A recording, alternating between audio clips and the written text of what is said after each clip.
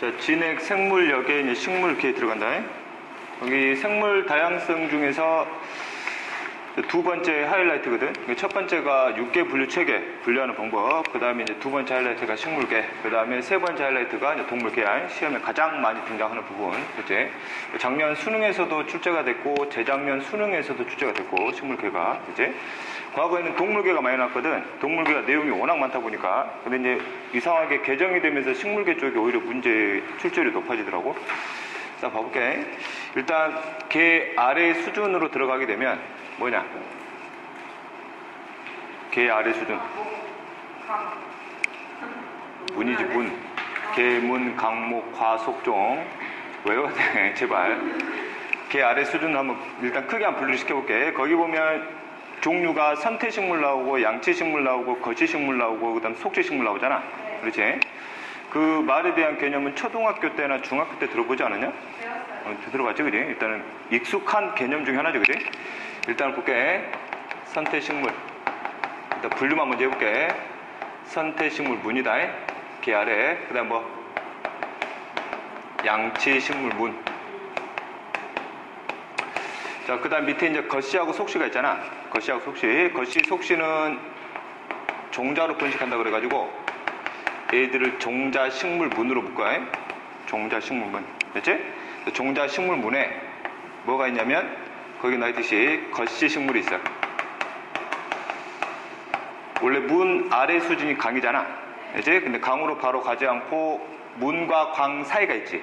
거기다 뭘 붙여넣거든요? 아, 그래서 이거를 거시식물 아문. 그 다음에 속시식물 아문. 그치? 그 다음에 속시식물을 이제 강으로 분류하거든. 강으로 분류하게 되면 많이 들어봤을 거야. 뭐냐? 아니, 그게 아니라 외떡잎 식물. 떡잎을 들어봤지? 네. 떡잎 뭔지 모르더라고. 쌍떡잎 식물. 이게 수준이 강이니까 이런 식으로 나눈다니까. 이제 크게 식물계를 분류하게 되면 하나, 둘, 크게 세 개. 그 다음에 더 나누면 하나, 둘, 셋, 넷. 더 나누면 하나, 둘, 셋, 넷, 다섯, 여섯 개. 됐지? 이제 강 수준까지. 그래서 이것들이 이제 분류 기준은 이제 또 우리가 살펴봐야 되겠지, 그지? 됐지? 진화상으로 가장 먼저 출현한 식물체가 선태식물, 그 다음에 양치, 그 다음에 종자식물 중에서 거시식물, 그 다음에 소시식물, 그 다음에 외떡잎, 쌍떡잎 이런 식으로 나눠주는 과정이라는 얘기야. 됐지? 모든 식물계의 조상을 누구로 보고 있냐?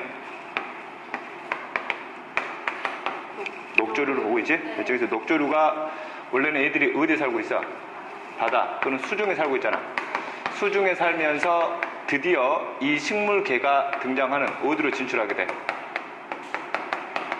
육상으로 진출하게 되면서부터 이제 등장하는 식물들이란 얘기야. 됐지? 그러면 식물계가 이런 식으로 진화해 나가는 과정에서 수중과 육상을 비교하게 되면 수중 같은 경우는 말 그대로 물속에 있기 때문에 이 생물체가 살아감에 있어서 필요한 물을 획득할 때에는 큰 문제가 없겠지. 물이 풍부하니까. 근데 육상으로 나오게 되면 수중에서와의 차이점이 뭐야? 주변으로부터 물을 많이 얻어낼 수가 없잖아. 그래서 육상은 수중에 비해서 건조한 환경이기 때문에 건조한 환경에 적응을 잘 하고 있는 식물체들이 이런 식으로 순서대로 등장하고 있다는 얘기야. 건조한 환경에 가장 잘 적응을 하고 있는 거 누구란 얘기야?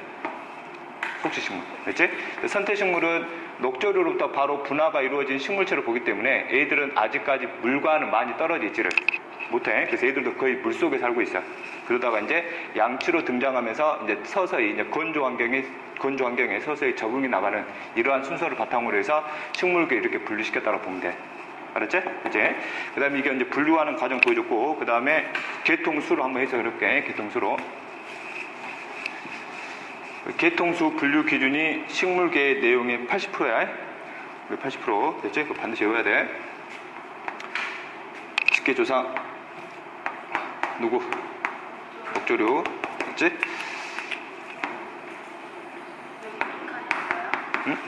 응? 그 핑크를 쓰면 돼. 그래. 수중. 그 다음에 이제 드디어 어디로 진출해? 육상으로 진출한다고. 됐지? 그러면서 첫 번째로 등장하는 식물체가 무슨 식물? 선태식물. 선태를 많이 들어봤지? 선태. 자, 그 다음 양치식물. 양치식물의 양치는 양의 이빨이란 뜻이거든. 이 양치식물의 대표적인 애가 고사리가 있어. 고사리 잎이 여러 개가 막 가지런히 나열돼 있잖아. 그게 마치 양의 이빨처럼 보인다고 해가지고 양치식물이라고 그래. 자, 그 다음 무슨 식물? 거시식물. 그 다음 속시식물. 속시식물 또 두 개로 나누면 외떡잎식물. 그 다음 쌍떡잎식물.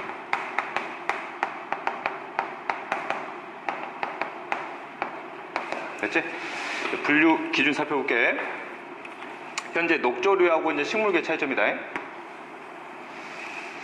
녹조류는 물속에 있고 애들은 육상으로 진출했잖아. 그래서 건조한 환경에 적응을 해야 되고 주변이 워낙 건조하다 보니까 식물 체내에 존재하고 있는 물이 몸 바깥으로 빠져나가는 양이 굉장히 많을 수 있겠지. 그래서 식물 체내에 존재하는 물의 손실량 뭐 해야 돼? 줄여야 되겠지. 그래서 모든 식물계들의 특징, 무슨 층을 발달시키냐면 큐티클 층을 발달시켜. 큐티클. 대학 참고서를 보면 큐티클을 이렇게 표현하는 경우도 있어요. 왁스 들어봤지? 왁스가 완벽한 지용성 물질이지. 그렇잖아. 여기다가 왁스를 칠해. 왁스를 덮여놓으면은 여기 왁스 안쪽에 있는 부분은 물에 적시 안 적시? 안 적시지. 그럼 안쪽에 있는 물이 밖으로 빠져나올 수가 없단 말이야. 그렇지? 이런 층을 갖고 있어. 그래서 식물의 구조를 보면 잎이 있잖아. 잎이 있고 그 다음에 이렇게 줄기가 있고, 그렇지? 잎을 잘라보잖아. 잎에 단면이 있지. 위 아래쪽에 표피가 있잖아. 표피 여기 기공이 있고, 그렇지? 안쪽에 이제 울타리 조직이나 해면 조직이나 간다발이 있겠지? 그렇지? 특히 잎 아래쪽보다 위쪽 있지? 위쪽에다가 이런 왁스층을 이런 식으로 덮어버린다는 얘기야. 그래서 체내에 있는 물이 밖으로 빠져나가는 거 뭐 하는 거야? 막아주는 거지. 그래서 잎은 주로 위쪽에 이러한 큐티클층을 만들어 놓고 줄기의 겉부분도 전부 다 뭘로? 큐티클층으로 전부 다 둘러쌌다는 얘기야. 알았죠? 이제 건조한 환경에 적응하기 위한 첫 번째 과정이라고 보면 되는 것이고, 됐지? 자, 그 다음에 이제 식물계로 직접 들어와서 선태부터 이제 속시까지 분류하는 기준이다. 됐지? 자, 선태식물과 나머지 양치, 겉시, 속시식물의 차이점이야. 속시식물은 수중으로부터 막 육상으로 올라온 식물체고, 얘도 건조한 환경에 적응하는 능력을 갖추려고 했지만 완벽히 물의 환경을 벗어날 수는 없다 그랬지? 대체 그래서 얘들도 거의 물속에 서식한다고 보면 돼. 알았죠? 그지? 주로 물가에 서식, 물가에. 그렇죠? 그지? 그래서 얘들 같은 경우는 뭐의 분화가 일어나지 않았냐면 아직까지 기관의 분화가 일어나지 않아요. 됐지? 녹조류 상태까지는 조직 수준이라고 그랬지. 그 다음에 조직 수준에서 식물계로 들어오면서 조직이 조직계가 되고 기관이 돼야 되는데 얘들은 아직까지 기관까지 분화는 되지 않았다는 얘기야. 됐지? 그럼 식물의 기관이 세 가지 있지. 뭐 있니? 크게 영양기관 세 가지. 뿌리, 줄기, 잎. 그래서 얘들은 완벽한 뿌리나 완벽한 줄기나 완벽한 잎이 형성이 돼야 안 돼. 안 됐다는 얘기지. 됐지? 물론 참고서에서는 일부 선택식물들 중에서는 겉으로 봤을 때는 뿌리, 줄기, 잎이 있는 것처럼 보이는 게 있어. 근데 걔들은 완벽히 그렇게 분화가 된 형태는 아니라는 얘기야, 실제는. 됐지? 자, 그 다음 이게 분화가 되지 않았다고, 특히 뿌리나 줄기나 잎이 형성이 되지 않았다는 얘기는 이 식물체 내부에 특히 속시식물이나 겉시나 양치들 같은 경우는 물을 운반하는 관이나 영양소를 운반하는 관, 물관이나 체관이 발달되어 있거든. 근데 얘들은 그런 물관이나 뭐가 체관들이 아직 형성되지 않았어요. 됐지? 이유는 이따 과정부터 다시 한번 설명해 줄 것이고, 그러면 양치부터 속시들 같은 경우는 뭐가 분화가 완벽히 이루어져 있어? 기관의 분화가 완벽히 이루어져 있다는 얘기죠. 그죠? 그러면 이때 기관이라 하게 되면 뭐 뿌리, 줄기, 잎이 완벽히 분화가 이루어졌다는 얘기야. 됐지? 이 말은 또 무슨 발이 발달돼 있다. 관다발이 발달돼 있다. 이렇게 표현하는 것이고. 됐지? 이때 관다발 하면 물관과 체관들을 전부 다 가지고 있다는 얘기야. 됐지? 이렇게. 자, 그 다음.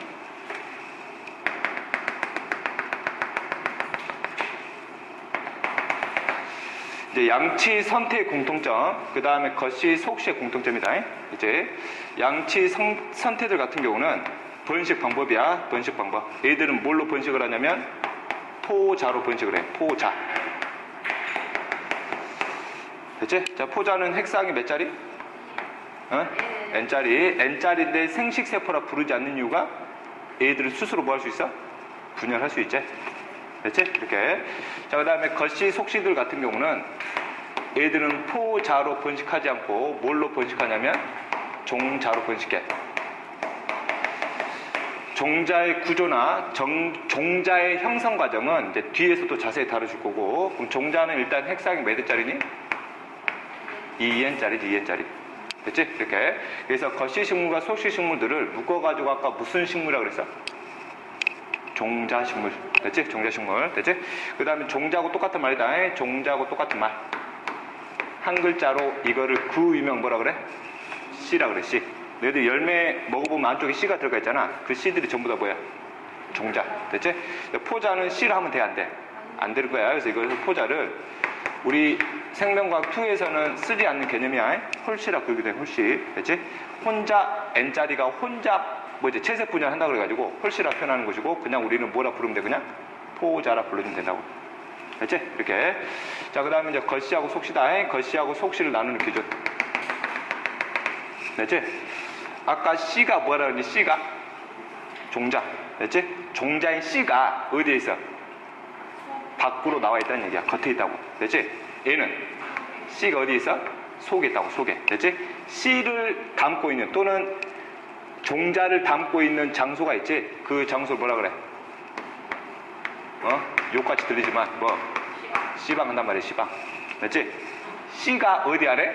씨방 속에 있다고. 속에. 됐지? 그럼 여기는 뭐가 없어? 씨방이 없어.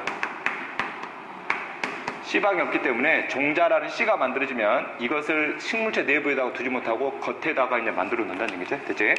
겉씨 식물의 가장 대표적인 애가 이제 소나무라든지 은행나무라든지, 그 다음에 잣나무지, 잣나무. 잣나무 채취하는 거 본 적 있니? 네? 우리 잣나무 이 씨를 먹는 거잖아. 잣. 네. 그 씨잖아. 보통 겉씨 식물들의 열매 모양을 너희들이 세 글자로 뭐라 부르니? 솔방울, 솔방울. 솔방울. 그게 일종의 이제 꽃이야, 꽃. 됐지? 그게 이제 꽃이 나중에 꽃알이 수정이 돼서 이제 뭐 종자가 만들어지면 이 종자가 그 솔방울 겉으로 드러나. 그래서 그 종자를 꺼내가지고 우리가 먹는 거야. 이 입에서 막 극한 직업 그런 거 안 봤냐? 잣나무 막 수심대 되잖아. 올라가고 막 따고 그러잖아. 아, 그러냐? 어쨌든 그렇고. 이게 이제 큰 틀이고, 그 다음에 외떡잎과 쌍떡잎을 구분하는 기준 딱 하나 나와있지. 뭐 떡잎이 몇 개? 하나. 얘는 떡잎이 2개 있다는 얘기야. 됐지? 떡잎이 뭔지는 이제 나중에 또 설명해 줄 것이고, 이게 이제 가장 큰 틀이라고. 됐지? 자, 그 다음에 선태식물의 가장 대표적인 사례 볼게. 선태식물의 가장 대표적인 애. 이끼류 있지, 이끼류. 이끼류. 이끼 종류들은 전부 다 무슨 식물이야? 선태식물이지. 무슨 이끼 항상 이리 붙어. 솔이끼, 우산이끼 이런 거 들어봤니? 솔이끼, 우산이끼 이런 거. 그냥 이끼로 끝났어. 그러면 그냥 이끼 종류이면서 아, 선태식물이구나. 됐지? 이렇게. 그 다음에 양치식물. 너희들이 이제 반찬으로 등장하기도 하지, 고사리. 됐지? 고사리. 그 다음 하나 더 기억하면 쇠뜨기 있어, 쇠뜨기. 쇠뜨기. 됐지? 소나무처럼 생긴 놈인데, 소나무처럼 생긴 놈인데, 겉식물이 아니라 양치식물이라는 거. 됐지? 겉식물의 대표적인 애, 크게 2가지만 기억하면 돼. 뭐? 소나무. 그 다음, 은행나무. 됐지? 은행나무를 보통 살아있는 화석이라고 그러지? 이게 이제 중생대 때부터 해가지고 지금까지 살아온 놈이잖아. 원래 이제 멸종할 놈인데 우리 인간들이 개입을 해서 은행나무를 지금까지 키워주고 있는 거고, 살 수 있도록. 그 다음에 우리 주변에 있는 웬만한 생명체들은 다 무슨 식물이야? 속시식물이야, 속시식물. 됐지? 웬만한 거. 그래서 전체 지구상에 존재하는 지금까지 밝혀져 있는 전체 생물의 종 있잖아. 생물의 종을 보면 대략 30만 종으로 추정을 하거든? 30만 종. 그 중에서 27만 종이 속시야. 됐지? 나머지 3만이 이 세 개를 합친 거. 알았지? 그럼 진화 과정상에서 속시 식물이 지구상에 가장 많이 있잖아. 가장 많이 있는 이유가 뭐야? 그만큼 건조한 환경에 가장 잘 적응하고 있다고. 됐지? 그만큼 애들이 많이 번식을 했다는 얘기지. 됐니? 이렇게. 자, 그 다음에 이놈들 기관이 분화되지 않아도 되는 이유. 기관이 반드시 분화해서 관다발이나 이러한 기관들을 반드시 가져야 되는 이유들을 이제 하나하나 이제 해석을 해볼게. 됐지? 그래서 그 밑에를 보면 크게 이제 두 개씩 막 비교해 놓은 거 있지? 그거 보이니? 이제. 지금부터 설명하는 거는 완벽히 외울 필요는 없고, 지금 이러한 분류 기준을 나름대로 논리성을 가지고 설명하기 위한 과정이다. 알았지? 선태식물과 양치 종자식물의 차이점.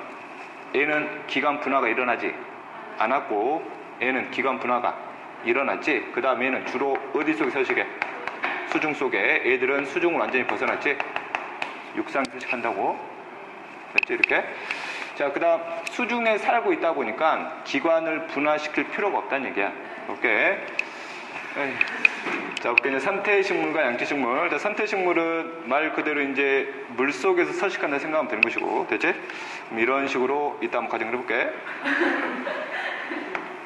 됐지? 얘들도 이제 땅에다가 나름대로 몸의 일부를 이제 받고 살거든. 됐지? 그래서 이거를 뭐라 부르긴 하는데, 뿌리라 부르긴 하는데, 완벽한 뿌리는 아니지. 그래서 얘들을 헛뿌리라 그래. 헛뿌리. 이제 뿌리가 아니란 얘기야. 됐지? 그 다음에 얘들을 구성하는 세포 집단들이 있잖아. 세포 집단들이 주로 조직 수준이 많아. 조직 수준. 됐지? 그러면 얘들 같은 경우는 물 속에 서식을 하고 있기 때문에 온 몸에서 뭐를 다 흡수할 수 있어? 물을 다 흡수할 수가 있지. 됐지? 그 다음에 각 생명체들이 모든 세포들이 또 무슨 성을 할 수 있어? 또 광합성을 할 수가 있고, 그 다음에 광합성을 통해서 스스로 모든 세포들이 자신에게 필요한 유기물들을 전부 다 만들어낼 수 있잖아. 그래서 각 세포들이 이 세포가 멀리 떨어져 있는 세포한테 자신이 만든 영양소를 굳이 줄 필요가 없단 말이야. 됐지? 그리고 혹시나 이 세포가 어떤 유기물이 반드시 필요한데 이놈이 만들 수가 없어. 그러면 식물체 크기가 적기 때문에 세포와 세포 사이를 통해서 물질을 보여줄 수는 있어. 줄 수는 있거든. 됐지? 근데 항상 주는 건 아니란 얘기야. 그래서 물도 외부에서 바로 흡수할 수 있고 스스로 유기물들을 만들어낼 수 있기 때문에 물을 이동시키는 관이나 그 다음에 영양소를 이동시키는 관인 물관이나 체관들을 스스로 만들 이유가 없었다는 얘기야. 그래서 이거를 분화시킬 필요가 없었다고. 그치? 근데 물속에 있으면 얻을 수 있는 장점은 있는데 또 얻을 수 있는 단점이 있지. 그치? 물속에 있으면 뭐는 허벌나게 취할 수 있어. 물은 필요한 만큼 취할 수 있잖아. 그런데 광합성을 하려면 뭐가 필요하냐? 빛이 필요하지. 근데 빛이 들어오게 되면 물을 투과해야 되잖아. 투과되면 투과된 양이 뭐에 점점 줄어들지. 빛을 충분히 얻어낼 수가 없는 단점. 그다음 광합성 하려면 어떤 게 필요해? 이산화탄소 필요하잖아. 그럼 이산화탄소도 물에 잘 녹아 안 녹아? 잘 안 녹잖아. 그래서 이산화탄소도 물에 적게 녹기 때문에 충분한 뭘 얻어낼 수가 없어? 이산화탄소를 얻어낼 수가 없다는 얘기지. 그래서 육상 식물들에 비해서는 광합성 효율이 뭐 할 수밖에 없니? 떨어질 수밖에 없다는 얘기야. 그치? 그래서 애들이 이제 어디로 진출하는 거야? 육상으로 진출한다고. 그치? 육상으로 진출한 생명체 중에서 대표적인 종자 중에서 속시식물 설명해 볼게. 속시식물. 됐지?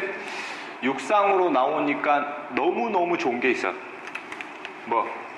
엄청난 양의 빛을 얻어낼 수 있지? 그 다음에 충분한 양의 뭐도? 이산화탄소도 얻어낼 수 있고. 됐지? 근데 육상으로 나오니까 너무 큰 단점이 생겨. 물을 쉽게 얻어낼 수가 없지? 분명 공기 중에도 물은 있지. 근데 기체 상태잖아. 그리고 기체 상태이기 때문에 양이 많지가 않지. 얘가 필요한 만큼의 물을 끌어올 수가 없단 말이야. 그래서 육상으로 올라오면서 그럼 물이 풍부하게 존재하는 장소가 어딜까 보니까 어디 속이야? 땅 속이야, 땅 속. 알지? 땅 속에 나름대로 뭐가 풍부하게 있어? 물이 풍부하겠단 말이지. 물론 물속 환경보다 적겠지. 그래서 땅 속으로부터 물을 끌어당겨야 되려는 이러한 기능을 갖춰야 된다는 얘기야. 그래서 이 물을 전문적으로 끌어당길 수 있는 뭐를 발달시켜?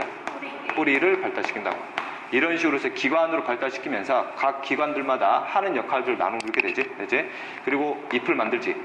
잎에서는 무순성이 전문적으로 일어나도록, 여기서 광합성이 전문적으로 일어날 수 있도록 나름대로 기능화 시켜준다고. 됐지? 이렇게. 그럼 광합성이 일어나려면 여기서도 마찬가지로 이산화탄소 필요하고, 그 다음 뭐 필요해? 물 필요하지. 그 다음에 뭐 비료에너지 필요하고. 됐지? 이걸 바탕으로 해서 포도당과 같은 무슨 물을 만들어? 유기물을 만들지.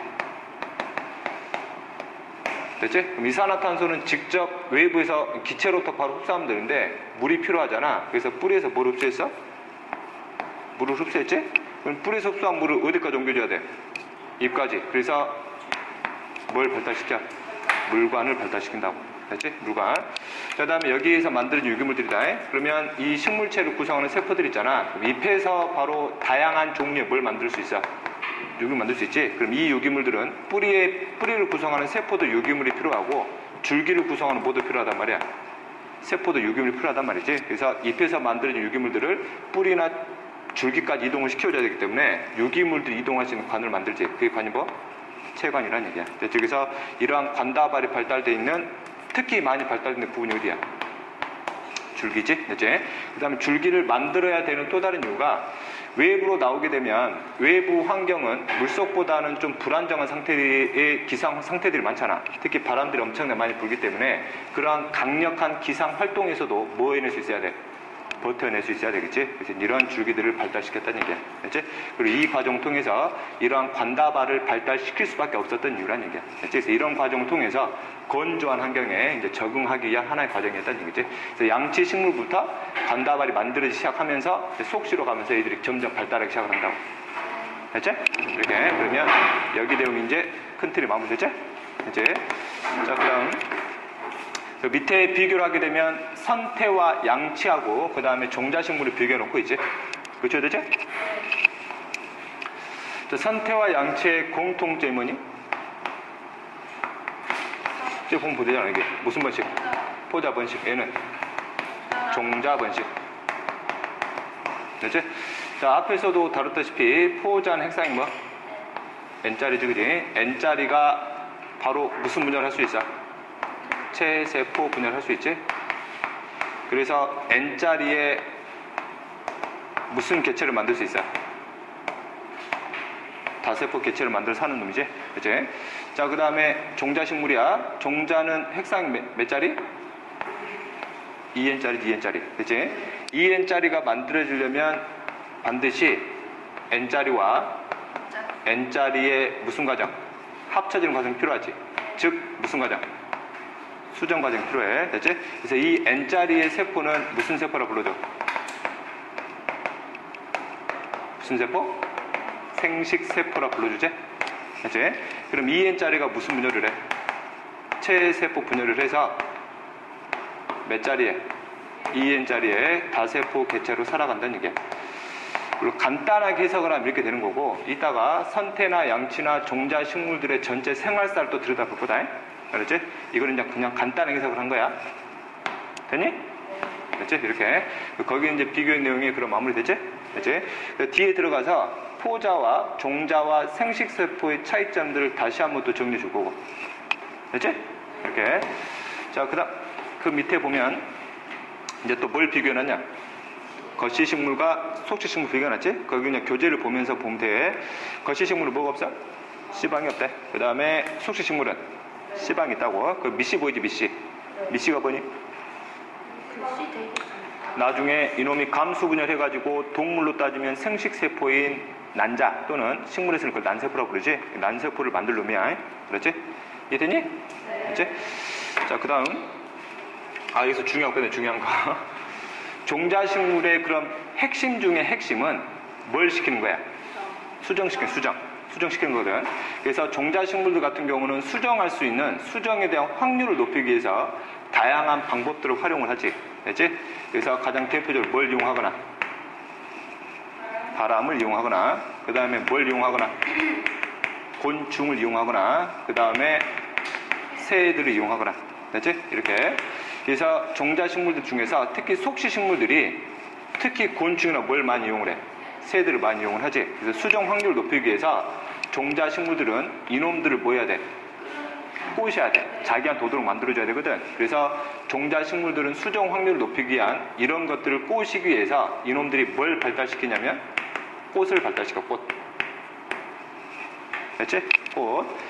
자, 그런데 선태나 양치식물 같은 경우는 수정 과정 자체가 중요한 과정이 아니거든. 그래서 애들 같은 경우는 꽃을 굳이 발달시킬 필요가 없지. 그래서 애들을 민꽃식물이라 그래. 민꽃식물. 꽃이 없다는 얘기다. 그치? 그래서 꽃을 발달시킨 이유가 바로 수정률을 높이기 위해서. 특히 속시식물의 꽃 같은 경우는 굉장히 뭐하냐? 화려하지, 화려해. 됐죠? 그래서 일단 육안으로 봤을 때 애들을 꼬시는 거고, 그 다음에 꽃에서도 뭐가 나? 향기나 향기. 악취가 나진 않지? 이제 향기나 위를 또 꼬실 수 있지. 그 다음에 꽃 속에다가 달콤한 단당류들을 또는 이당류들을 엄청나게 포함을 시키지. 이게 우리 계획은 뭐야? 꿀이지. 이런 것들 가지고 애들 꼬신단 말이야. 뭐 하기 위해서? 수정 확률 높이기 위해서. 이해됐니? 이제 또 이따 또 설명하겠지만, 그럼 수정이 됐어. 수정이 되면 이 종자가 체세포 분열해가지고 뭘 만드니? 열매를 만들지? 그지? 열매 속에 바로 뭐가 들어가 있냐? 종자인 씨가 들어가 있지? 그 다음에 이 종자 식물들 중에서 속시식물들은 이 종자를 역시 멀리 뭐 할도록 퍼뜨리도록 또 유도를 시키는 거지. 그래서 뭘 만든 거야? 열매를 만든 거야. 종자 주변에 열매가 있잖아. 여기 주변이 굉장히 뭐해 또? 맛있지? 달콤하다고. 즉 단당류나 이당류로 포함된 탄수화물도 굉장히 많지. 그러면 동물들이 와서 이걸 먹겠지. 그냥 먹고 가는 게 아니라 이것을 열매를 따가잖아. 따가가지고 몰래 숨기지. 혼자 먹어야 되니까. 남 주면 안 되잖아. 뭘 혼자 가서 먹고 그냥 버린단 말이야. 새 같은 경우도 이걸 먹고 막 날아다니면서 종자를 막 퍼뜨려 주겠지. 그래서 속시식물들이 다른 식물들에 비해서 자신의 종자를 많이 퍼뜨릴 수 있어. 그래서 지구상에 가장 많이 존재하는 이유가 되는 거야. 됐지? 근데 거시식물 같은 경우는 속시식물에 비해서 이런 생명체들을 많이 이용하지 못해. 거시식물들은 주로 뭘 이용하냐? 바람을 이용하지. 바람을 통해 수정을 시키고 바람을 통해 종자를 퍼뜨린단 말이야. 그래서 동물을 이용하는 것보다는 수정 확률이라든지 종자를 퍼뜨리는 확률이 좀 뭐해? 떨어져. 그래서 속시식물보다 거시식물이 우리 지구상에 많이 존재하지 않는 이유 중 하나라고. 됐니? 이렇게 이제 뒤에 가면 이 과정을 좀 더 자세히 들여다볼 거야. 됐지? 그래서 정리할게. 그러면 이쪽으로 쭉 오면, 그럼 거시와 속시의 공통점은 종자로 번식도 하지만 이놈들이 뭘 발달시켜? 꽃을 발달시킨다고. 됐지? 꽃식물. 그 다음에 밑에는 무슨 식물? 민꽃식물. 됐지? 이런 식으로도 분류한다는 얘기야. 됐냐? 그러면 선생님 저는 소나무에 꽃을 본 적이 없는데, 아까도 얘기했지? 솔방울 자체가 꽃으로 보면 된다고. 알았죠? 그래서 이거를 대학과정 들어가면 실제 이제 식물을 분류하는 학자들이 있을 거 아니야, 교수들이. 근데 그런 교수들마다 거시식물은 꽃이 있다라고 하는 사람도 있고 꽃이 없다라고 하는 사람도 있어. 근데 솔방울 자체를 꽃으로 취급하지 않는 생물학자도 많거든. 알지? 근데 우리 생명과학 2 수준에서는 거시도 뭘 가지고 있다? 꽃을 가지고 있는데 속시보다는 화려하지는 않다는 얘기죠. 되니? 응? 자, 그러면 여기까지 해서 이제 80% 내용 끝났다. 80% 내용이. 자, 그 다음에 뒤에 넘어가면 81쪽 가볼게. 81쪽 가면 외떡잎식물과 쌍떡잎식물을 서로 이제 분류하는 기준까지 정리할게. 81쪽 가면 외떡잎식물과 쌍떡잎식물을 분류하는 기준이야. 됐지? 일단은 가장 첫 번째 분류 기준이 뭐야? 떡잎수. 얘는 몇 개? 1개. 밑에는 2개지? 떡잎이 도대체 뭐냐 이거지? 거기 가을철 되면 과일 중에 하나가 감 있지? 감 먹으면 감씨가 있다. 알지? 감씨 알지? 본 적 있니? 감수 혹시 잘라본 적 있니? 네. 잘라보면 안에 난 숟가락. 이렇게 있고 안쪽에 이렇게 마치 이제 그렇지 숟가락 모양 같은 놈이 있지. 네. 이때 이제 종자의 구조 볼 건데 이 놈이 앞으로 실제 식물체가 될 놈이야. 알았지? 그래서 이 놈을 배라고 불러. 배. 동물로 취급하면 배야야 배야. 세포 집단이거든. 그 다음에 나머지 주변을 배의 젖이라 불러. 됐지? 자 볼게. 이 놈을 따로 여기다 빼볼게. 나중에 한번 뜯어서 봐. 뜯어서 보면 여기 위에 두툼한 부분 있잖아. 이게 몇 개 있냐면 2개 있어. 됐지? 이게 떡잎이야. 됐냐? 떡잎을 또 다른 말로는 자엽이라 그래. 자엽. 그래서 이거를 뭐 단자엽 식물, 뭐 쌍자엽 식물 이렇게 부르기도 하거든. 됐지? 근데 외떡잎 식물은 이 배가 떡잎 몇 개밖에 없어? 하나밖에 없다는 얘기야. 됐지? 이놈들이 땅속에 묻히잖아. 땅속에 묻히면 이 세포들 중에서 여기가 무슨 점이 있어? 생장점. 여기도 무슨 점? 생장점이 있다. 그럼 앞으로 여기는 뭐가 될 거야? 뿌리. 여기는 앞으로 자라서 줄기가 될 거야. 됐지? 그럼 앞으로 이제 아직까지 땅속에 있는 거잖아. 됐지? 뭐 다 들어봤겠지만 뿌리 쪽에는 생장점을 보호하는 조직이 있지. 뿌리 골무 들어봤니? 못 들어봤냐? 초등학교 안 들어봤냐? 골무는 아니야? 골무? 골무 뭐냐?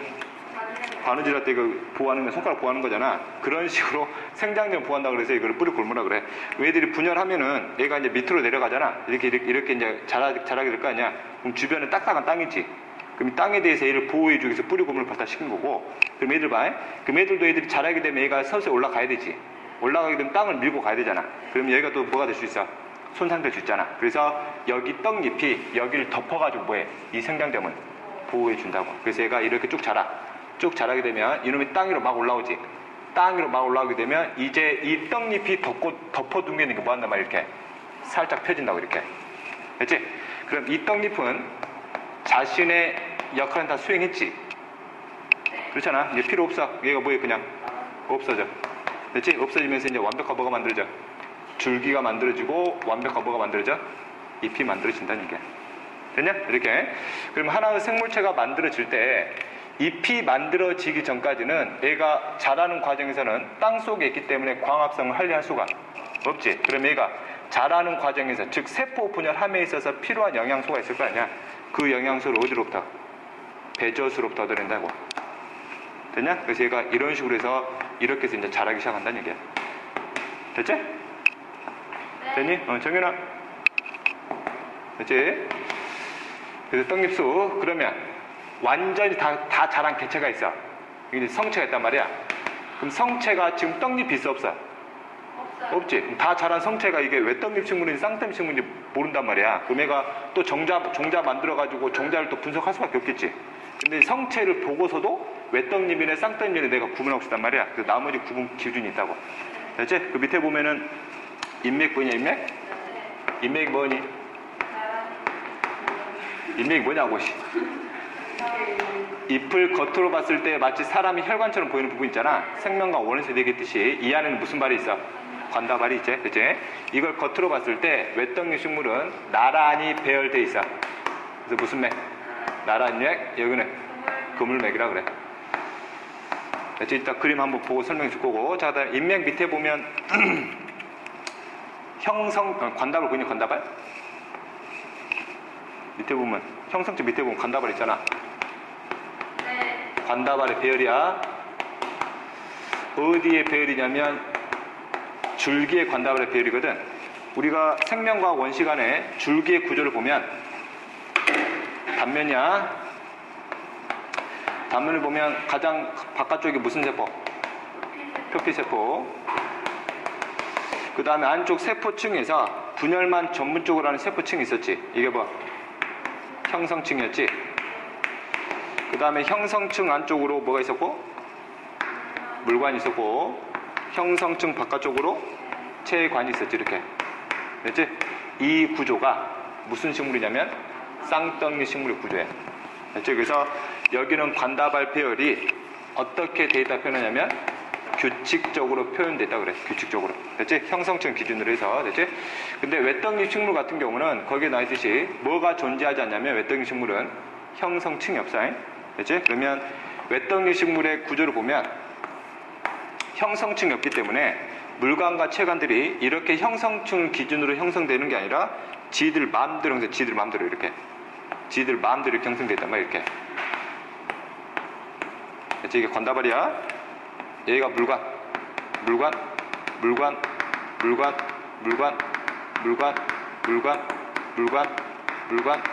그 다음에 반대쪽 뭐 체관. 이런 식으로. 됐지? 그래서 관다발 자체가 쌍떡잎에 비해서는 불규칙적이다 그래가지고 이거를 말 그대로 뭐 불규칙 배열이라 그래. 됐지? 그래서 얘가 규칙적일 수 있는 이유가 무슨 층이 존재하니까? 형성층이 존재하니까. 얘들은 형성층이 존재하지 않다는 얘기지? 그래서 이런 불규칙하는 거야. 됐지? 그러면 형성층 같은 경우는 길이 생장을 하니 부피 생장을 하니? 형성층은 부피 생장이지 두께가 두꺼워진 거 만들어주잖아. 그런데 외떡잎 식물은 형성층이 없잖아. 그러면 쌍떡잎에 비해서 줄기의 두께가 두껍지가 않단 말이지. 너희들이 보통 보는 초본성 식물들 있잖아. 보통 풀이라 부르는 것들, 그런 것들이 뭐가 많아? 외떡잎이 많아. 됐지? 자, 그 다음 뿌리 구조 보이니? 뿌리 구조?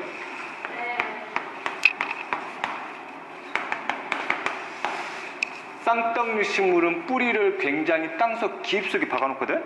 됐지? 그래서 그 뿌리를 고든뿌리라 그래, 고든뿌리. 뿌리를 보면 줄기고 뿌리가 이렇게 깊게 박혀있는 게 있단 말이지? 됐지? 그 다음 나머지 이렇게 이제 뿌리털들이 있고, 그 다음에 애들은 깊게 박지 않아. 뿌리가 이렇게 여러 개가 마치 사람 수염처럼 이렇게 짧으면서 여러 개가 날돼 있어. 그래서 이게 마치 수염 닮았다 그래가지고 이거를 무슨 뿌리? 수염뿌리라 그래. 됐지? 이렇게. 그래서 이에 대한 대표적인 사례 좀 기억해주고, 그 다음 외떡잎 식물의 가장 대표적인 우리 작물 중에서 뭐 벼, 그 다음에 보리. 됐지? 그 다음에 수수 아니야? 수수? 수수. 그 다음에 거기 나있듯이 뭐 대나무 등. 그 다음에 이거를 제한 나머지를 웬만하면 다 뭐야? 다 쌍떡잎이야. 이제 거기 나와서 뭐 장미 나오냐? 장미. 이것도 뭐 하나 있냐? 이것도 뭐 하나 있냐고 밑에 얘가 조조잖아. 민들레 나와 있고도 국화 말고 나와 있지, 그지? 됐지? 무궁화냐, 무궁화. 우리나라 국화잖아. 뭐? 우리나라 국화는 알아야 될 거 아니야. 국화는 뭐 쌍떡잎 식물. 됐지? 웬만하면 쌍떡잎 식물. 근데 속시 중에서도 외떡잎보다는 또 뭐가 많아? 실제 우리 주변에 쌍떡잎이 훨씬 많아. 그렇지? 외떡잎 식물 중에 대표적인 대로 이것도 있지, 그지? 수수 종류 중에 하나가 또 뭐가 있냐? 옥수수가 있잖아. 사탕수수 뭐 이런 것들이야. 됐지? 이렇게. 그럼 시골에서 자란 친구들은 이런 구조를 많이 봐봤잖아. 잘 알아. 근데 이제 도시에 사는 애들이 이걸 잘 구분 못해. 많이 안 봐서. 알았지? 됐니? 휘민아? 민들레는 씨가 밖에 있지 않아요? 씨 날리잖아요. 아니. 거기 이제 씨가 안에 들어가 있고, 이제 씨방을 방출시키는 거지. 씨방을 열어. 씨방을 열면 거기서 씨가 이제 나오는 거야. 이해됐니? 응. 됐지? 준다? 봉숭아도 대표적인 쌍떡잎이잖아. 네. 봉숭아 씨방 본 적 있어? 노래도 있잖아. 트로트 노래. 톡 하면 터질 것만 같은 그대. 씨방이 있으면 애들은 열매처럼 이렇게 달콤한 물질 안 만들지. 누가 건드린단 말이야. 그럼 얘가 씨방이 팍 터지면서 안에 씨를 막 날려버리지. 됐지? 이런 과정이야. 됐지? 그래서 실제 쌍떡잎 식물들도 전부 다 뭐 곤충이나 다른 동물들을 이용해서 이제 종자를 퍼뜨리는 것도 있지만 그렇지 않은 것도 많다는 얘기야. 알았죠? 그지? 그림 한번 봐볼게. 쌍떡잎과 외떡잎 식물. 일단 문제를 풀어보면 이런 내용들을 외워주면 되구나. 아까 분류 기준. 분류 기준이 핵심이야. 해볼게. 외떡잎, 쌍떡잎이네? 떡잎 몇 장? 한 장. 여기는 두 장. 얘가 표면에서 막 나왔을 때 떡잎 하나 있고, 얘는 표면에서 막 나왔을 때 떡잎이 두 개 있는 거야. 얘는 나중에 뭐해? 사라져. 잎맥 보니까 여기 잎이 있으면 얘가 무슨 맥? 나란히 맥이다. 겉으로 봤을 때는 나란히 맥이잖아. 그럼 관다발이 이렇게 돼 있으면 이 관다발과 이 관다발은 마치 연결이 안 되는 것처럼 보이지. 자세히 보면, 자세히 보고 있어요. 자세히 보면 연결돼 있어. 알았지? 자세히 보면 실제 봐봐. 이게 뭐냐, 백합 아니 백합. 백합도 대표적인 외떡잎이거든. 백합 잎을 보면 굉장히 길잖아. 그 자세히 봐봐. 그럼 이렇게 겉으로는 나란히 맥인데 실제 보면 안에는 관다발 다 연결돼 있다는 얘기야. 됐지? 자, 그 다음에 쌍떡잎이 무슨 맥? 그물맥. 됐지? 이렇게 있고 이렇게 쓰면 이런 식으로 그물맥. 그 다음에 관다발, 줄기를 잘랐어. 줄기를 자르면 여기에서 그냥 관다발이 있는데 관다발 어떻게 배열돼 있어? 불규칙적. 얘들은 무슨 층이 있고? 형성층이 있고 안쪽에 물과 바깥쪽에 체가 이렇게 해서 규칙적으로 배열돼 있다. 뿌리는 여기는 무슨 뿌리? 수염 뿌리. 여기는 고든 뿌리. 됐지? 꽃잎에서 알 필요 없고 A를 보면 백합, 벼, 보리, 수수 종류들. 그 다음에 나머지 것들 웬만하면 다 봐. 쌍떡잎 식물. 됐지? 이제 분류 기준만 살짝 잡아주면 돼. 됐지? 자, 그 다음에 이제 다음 내용. 나 아까 분류하는 기준 있었잖아. 분류하는 기준 다시 한번 복습해보고 여기는 반드시 칠판에 적어준 거는 완벽히 외워야 된다는 게 아니야. 이제 한번 그 A 한번 다시 한번 하고 아까 이제 잡아줘야 될 부분 중에서 일부 못 잡은 부분이 있어가지고 그것까지는 추가해서 설명 좀 할게. 자, 모든 식물계의 특징은 건조한 환경에 적응하기 위해서 무슨 층을? 큐티클 층을 전부 다 가지고 있지. 됐지? 자, 그다음 선태식물은 기관의 분화가 일어나지 않았고 기관의 분화가 일어나지 않았다는 얘기는 뿌리, 줄기, 잎의 분화가 일어나지 않은 것이고 그 말은 곧 무슨 발도? 관다발도 발달되어 있지 않다는 얘기지. 그 다음에 여기 위쪽은 전부 다 기관이 발달되어 있고 즉 기관이 분화가 일어나 있고 기관 분화가 일어나고 있다는 뜻은 뿌리, 줄기, 잎이 완벽하게 만들어져서 기능화되어 있다는 얘기지. 그래서 무슨 발도 발달되어 있고 관다발도 발달되어 있는 것이고. 됐지? 자, 그 다음 양치와 선태의 공통점은 뭐로 번식을 한다? 포자로 번식을 하고. 됐지? 그 다음 애들 같은 경우는 꽃이 필요가 없지. 그래서 무슨 식물이다? 민꽃 식물이다. 그 다음에 겉씨하고 속씨들은 뭘로 번식을 하고? 종자로 번식을 하고 특히 종자는 수정을 반드시 한 다음에 일어나는 과정이기 때문에 수정률을 높이기 위한 뭘 발달시킨다? 꽃을 발달시키지. 그래서 얘들은 이제 꽃식물이다 이렇게 표현하게 되는 것이고. 자, 그 다음에 속씨와 겉씨를 나누는 기준은 여기는 C방이 있지. 여기는 C방이었고 그렇지? 자, 그 다음에 외떡잎 식물과 쌍떡잎 식물을 분류해보자. 일단 떡잎수는 한 개, 두 개, 그 다음 뭐 있으니? 떡잎수, 그 다음 잎맥, 여기는 뭐? 나란잎맥, 그물맥, 그 다음 형성층 없고 있고, 그 다음 관다발 배열이 줄기의 관다발이야. 관다발의 불규칙, 규칙, 뿌리 모양 수염 뿌리, 고든 뿌리. 됐지? 이렇게 대표적인 사례. 선태식물의 무슨 종류? 이끼 종류. 양태식물의 고사리, 쇠뜨기. 그 다음에 거치식물의 소나무, 은행나무. 그 다음에 외떡잎 식물의 애가 백합도 있었고 벼, 보리, 수수 종류들. 나머지 웬만한 건 다 쌍떡잎. 됐지? 이렇게. 그 다음에 이제 하나만 더 잡아줄게. 아까 형성층이 있는 게 있고 없는 게 있었잖아. 됐지? 이게 형성층이 있으면 보통 줄기가 뭐하니? 두꺼워. 됐지? 그러면 고사리나 이끼 종류들 중에서 줄기가 소나무처럼 두꺼운 거 본 적 있어? 없지. 그럼 얘들은 형성층이 없다. 근데 소나무나 은행나무는 두께가 두껍잖아. 여기는 무슨 층이 있어? 형성층이 있어. 알았지? 이렇게. 그래서 형성층이 있는 것만 동그라미 쳐주면 거시식물, 그 다음 뭐 쌍떡잎 식물만이 형성층 갖고 있다는 얘기야. 됐냐? 됐지? 힘이나? 자, 그 다음 관다발이 종류가 두 종류잖아. 관다발이 종류 두 종류 뭐가 있니? 물관과 체관이 있지. 현재 양치부터 속씨들까지는 체관의 구조가 다 똑같거든. 됐지? 근데 물관의 구조에 약간 차이가 생겨. 됐지? 최초의 관다발이 형성이 되면서 물관들은 점차적으로 발달되는 경향들이 있거든. 됐지? 그래서 속씨 식물들 있잖아. 이 속씨 식물들이 완벽한 뭘 가지고 있냐면 물관을 보유하고 있어요. 완벽한 물관. 됐지? 그러면 겉씨하고 양씨도 물관이 있긴 한데 속씨가 가진 것보다는 물관이 완벽하지는 않다는 얘기야. 그래서 애들이 가진 물관은 물관인데 완벽한 물관이 아니다. 그래가지고 애들이 가진 물관은 무슨 물관? 헛물관이라고. 헛물관. 됐지? 원래 이제 물관을 구성하는 세포가 물관세포잖아. 그림 보면 이제 물관세포 이렇게 있잖아. 이렇게 쓰면 세포가 뭐하냐 이런 식으로 연결되면서 완전한 원통형의 구조를 만들거든. 이 완벽한 원통형의 구조, 완전히 일직선으로 뻗어 있지. 이게 완벽한 뭐야? 물관이야, 물관. 됐지? 그럼 헛물관을 구성하는 세포들이 이렇게 있을 거 아니야, 이렇게 있으면 세포들이 연결되긴 하는데 이것처럼 일직선을 형성하지는 않지. 지그재그로 가, 지그재그로. 그렇지? 그래서 물을 수송하는데 나름대로 물이 이동하는데 저항력이 좀 심하게 작용을 하겠지? 그래서 물을 이동시키는 능력이 좀 뭐하다는 얘기야? 떨어진다는 얘기야. 이런 게 이제 헛물관. 뭐 자세한 내용은 대학과정 들어가서 식물 형태학을 다루게 되면은 헛물관의 구조와 물관의 구조 좀 자세히 배워.